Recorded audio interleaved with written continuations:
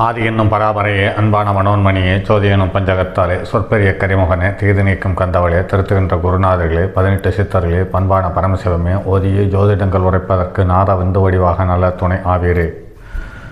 உலகில் உள்ள தமிழ் பேசும் அனைத்து நாள் உள்ளங்களுக்கும் மற்றும் ஜோதிட சான்றோர்களுக்கும் மூத்தோர்களுக்கும் ஆர்வலர்களுக்கும் மற்றும் இந்த காணொலியை காணும் உங்களுக்கும் ஆஸ்தோராஜின் இனிய நல் வணக்கங்கள்.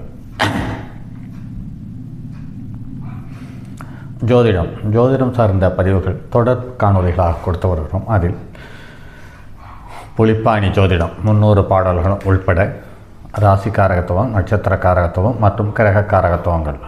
அதை தொடர்ந்து தியாகராஜசேகரம் என்ற பழைய நூலிலிருந்து 1925ஆம் ஆண்டு வெளிவந்த நூலிலிருந்து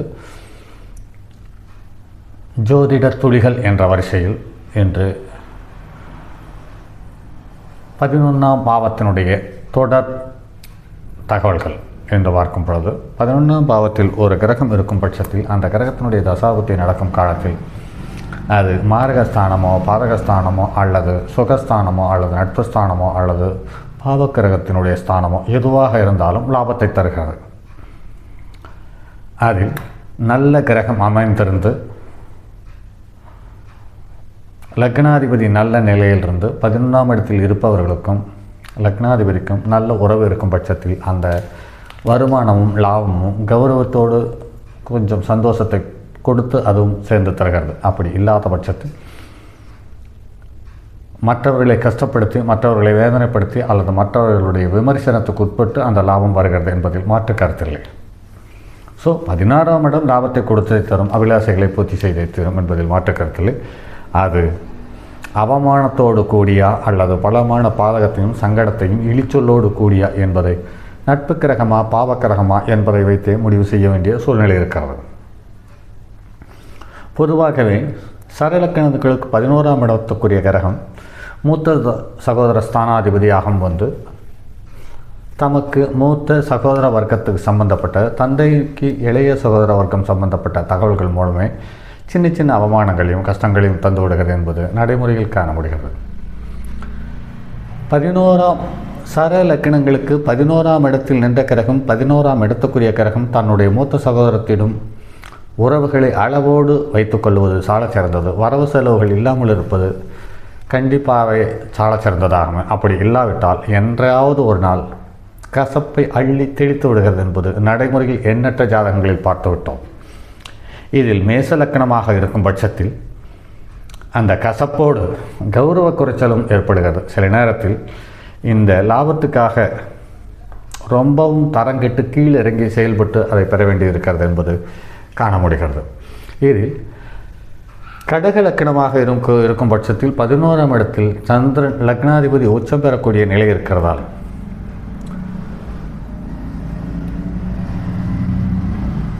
சத்யராஜனுடைய ஒரு திரைப்படத்தில் சொல்லப்பட்டது போல் நாம் முன்னேற வேண்டுமென்றால் நான் என்ன மனிதன் என்ன போட்டு மிதித்து விட்டு போக வேண்டும் என்ற பாலிசிக்கு ஏற்றபோது யார் எப்படி இருந்தாலும் லக்கணத்துக்கு சரலக்கணத்துக்கு 11ஆம் இடம் யோகத்தை தந்து விடுகிறது என்பதை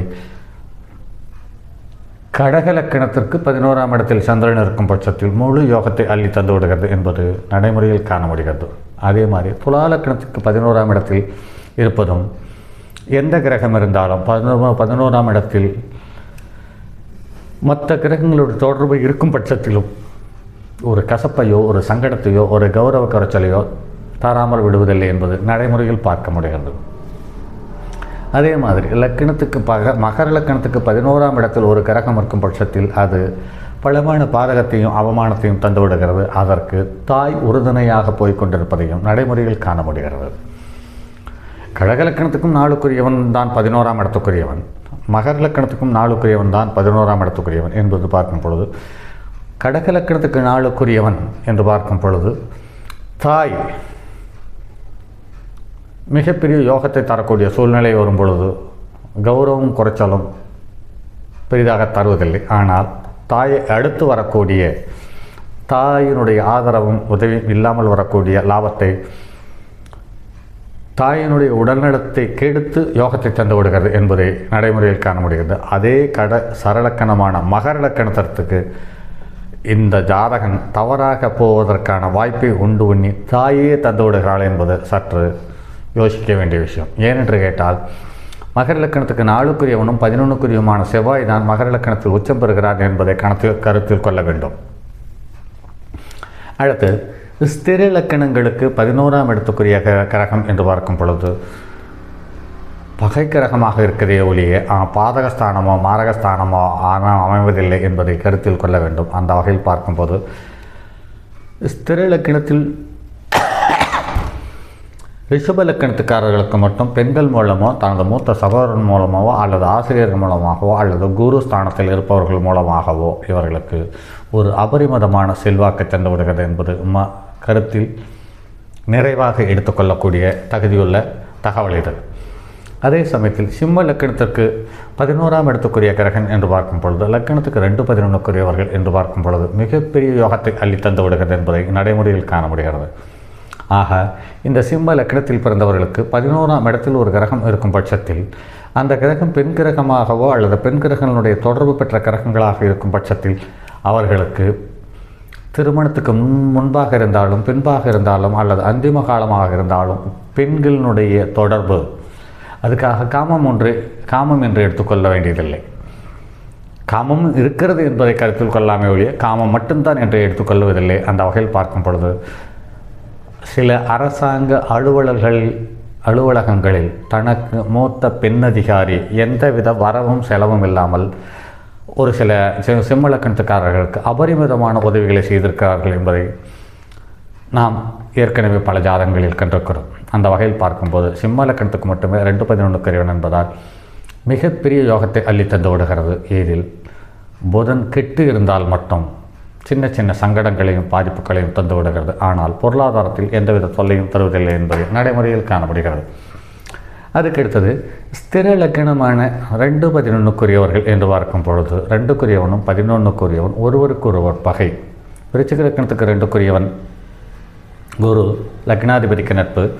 ஆனால் விருச்சிக லக்கணத்துக்கு 11க்குரியவன் என்பவன் புதன், அவன் 8க்குரியவன் என்பதையும் கருத்தில் கொள்ள வேண்டும். ஆக இவர்கள் 2-11க்குரியவர்கள் அல்லது 8-11க்குரியவர்கள் என்பது பார்க்கும்போது ஒரு பலமான அசிங்கம் கலந்த அவமானத்தையும் நஷ்டத்தையும் கொடுத்து லாபத்தை தந்து விடுகிறான் என்பதை கருத்தில் கொள்ள வேண்டியதாக இருக்கிறது.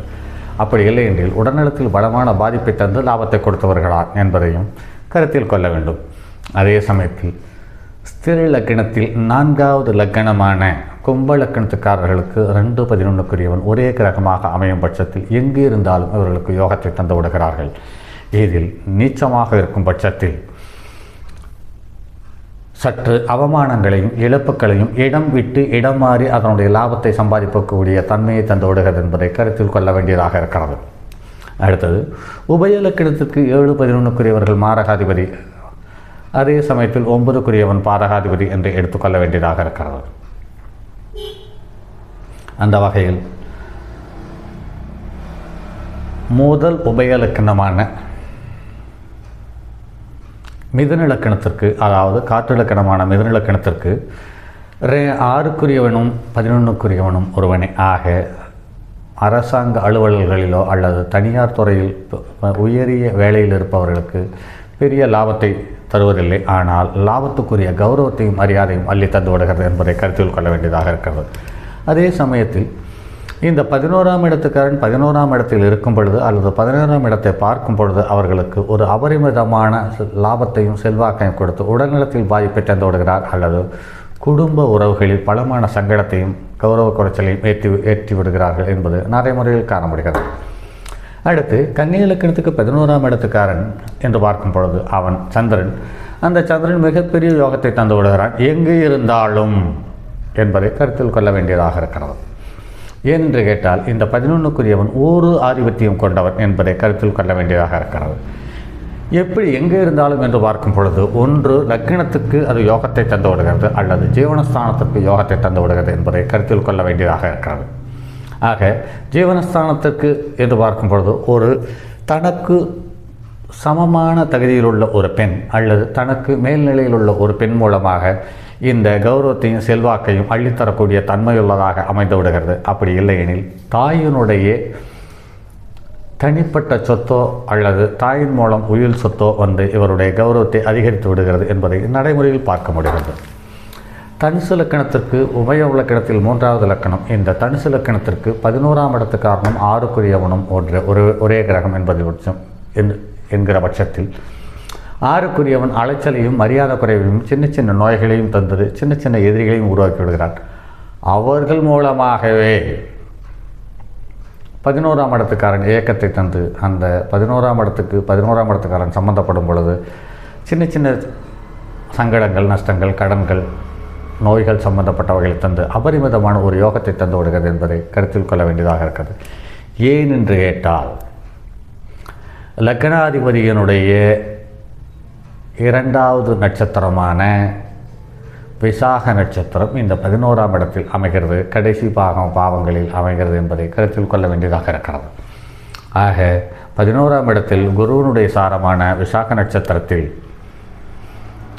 ஒரு கிரகம் அமையும் பட்சத்தில் அவர்களுக்கு ஒரு அபரிமிதமான செல்வாக்கை அள்ளித்தந்து விடுகிறது. ஆனால் அதிலேயும் ஒரு சின்ன ஏற்ற இறக்கம் அவர் சொந்த ஊரில் இல்லாமல் வெளி ஊரிலோ அல்லது வெளிநாடுகளிலேயோ இருக்கும் பட்சத்தில் அவர்களுக்கு மிகச்சிறந்த யோகத்தை தந்து விடுகிறது.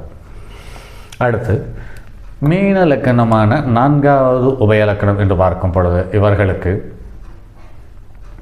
11க்குரியவனும் சனியே 12க்குரியவனும் சனியே என்று பார்க்கும் பொழுது இவர்களுக்கு அபரிமிதமான யோகத்தை தந்தால் நிம்மதியை கெடுத்து விடுகிறது. அதாவது தூக்கத்தை கெடுத்து விடுகிறது.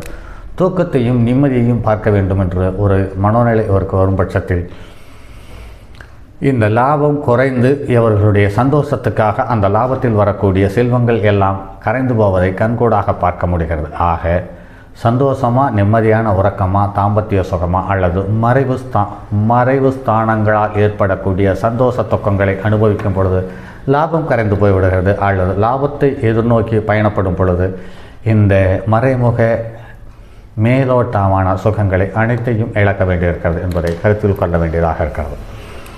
ஆக சரம், ஸ்திரம், உபயம் இந்த 3 லக்கணத்தில் பிறந்தவர்களுக்கும் ஒரு 11ஆம் இடத்துக்குரிய கிரகம் அல்லது 11ஆம் இடத்தில் இருக்கக்கூடிய கிரகம் அல்லது 11ஆம் பாவத்துக்கு சம்பந்தப்பட்ட தொடர்பு பெற்ற கிரகங்களினுடைய தன்மையை அனுசரித்து அவனுடைய அபிலாஷைகள் பூர்த்தி செய்யக்கூடிய தன்மையை அடையாளம் காட்டிவிடுகிறது என்பதை கருத்தில் கொள்ள வேண்டியதாக இருக்கிறது.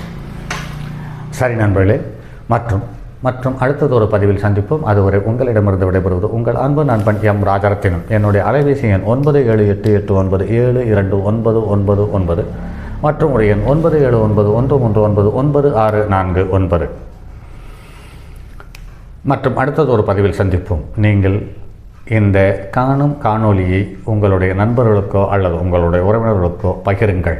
அதே சமயத்தில் குழுவில் இணையும் பட்சத்தில், அதாவது சப்ஸ்கிரைப் செய்து குழுவில் இணையும் பட்சத்தில் இன்னும் எக்கச்சக்கமான காணொளிகள் உங்களுக்காக காத்திருக்கிறது. அந்த காணொளிகள் நான் போட்டவுடன் உங்களுக்கு வரும் என்ற எதிர்பார்ப்பை உங்களுக்கு உருவாக்கி இருக்கும் பட்சத்தில் இன்றே குழுவில் இணைந்து விடுங்கள். வாழ்வியல், ஜோதிடம், ஆன்மீகம் மற்றும் மருத்துவம் இப்படி 4 விதமான தலைப்புகளில் பதிவுகள் வர காத்திருக்கிறது. அடுத்தது மற்றும் சில பதிவுகள் உங்களுக்காக. அந்த பதிவுகள் என்று பார்க்கும் பொழுது கர்ணநாதனுடைய வழிபாடு 11 கர்ணத்திற்கும் அந்த கர்ணத்தினுடைய தன்மை, கிரகத்தினுடைய தன்மை, அது பரிகாரம் செய்யக்கூடிய தன்மை அல்லது முறை, அதனால் பெறக்கூடிய லாபம், அதனால் பெறக்கூடிய சந்தோஷம், இது எல்லாவற்றையுமே ஒவ்வொரு கரணத்துக்கும் தனியாக கொடுத்து அதற்கான பலன்களை சொல்ல இருக்கிறேன். உங்களுடைய வாழ்க்கையில் கர்ணநாதனை வழிபடுவதற்கான வாய்ப்பு அமையும் பட்சத்தில் கண்டிப்பாகவே உங்களுடைய பிரச்சனைகளை ஒரு 60 முதல் 70% வரை பிரச்சனைகளை உங்களுடைய கட்டுப்பாட்டுக்குள் கொண்டு வந்து விடுவதற்கான வாய்ப்பு நிச்சயமாக இருக்கிறது. அப்படி முடியாத பட்சத்தில் அல்லது உங்களுடைய பிரச்சனைகளை உங்களை கர்ணநாதனை வழிபட்டு கட்டுப்படுத்த முடியாத பட்சத்தில் நீங்கள் கர்ணநாதனை வழிபட முடியாமல் போகலாமே ஒழிய கர்ணநாதனை வழிபட்டு எனக்கு இந்த பாதிப்பு மீண்டும் இருக்கிறது என்பதை நிச்சயமாக யாரும் சொல்ல முடியாது என்பதை கருத்தில் கொள்ளுங்கள். அடுத்து வரக்கூடிய ஒவ்வொரு பதிவுகளும் ஒரு சில தகவல்களை உங்களுக்காக கொடுத்து கொண்டே இருக்கிறது. நிறைய இன்று ஜோதிடர்களுடைய காணொலியில் எக்கச்சக்கமாக வந்து கொண்டிருக்கிறது. ஆனால் ஒவ்வொரு காணொலியிலும் ஓரிரு தகவல்களை பெறுவது என்பது சாத்தியக்கூறு மிகவும் கடினமாக இருக்கிறது. ஆனால் நம்முடைய காணொளியில் ஒவ்வொரு 4 வார்த்தைகள் அல்லது 5 வார்த்தைகள் ஒன்று சேரும் பொழுது உங்களுக்கு ஒரு கருத்தாக, தகவலாக அல்லது அனுபவ தகவல்களாக கிடைக்கும் என்பதில் மாற்று கருத்தில்லை. சரி நண்பர்களே, அடுத்தது ஒரு பதிவில் சந்திப்போம். அதுவரை உங்களிடமிருந்து விடைபெறுவது உங்கள் அன்பு நண்பன் எம் ராஜரத்தினம். தங்கமான் மழுவோடேந்தி தன்மதி தலையில் கொண்டோன் மங்கையர் பதிக்கச் சொன்ன மாமொழி ஜோதிடத்தை இங்கு யாம் உரைப்பதற்கோர் எமை என்னும் பிழை வராமல் காக்க செங்கன் மால் மருகன் யானைச்சரன் பதம் காப்பதாமே.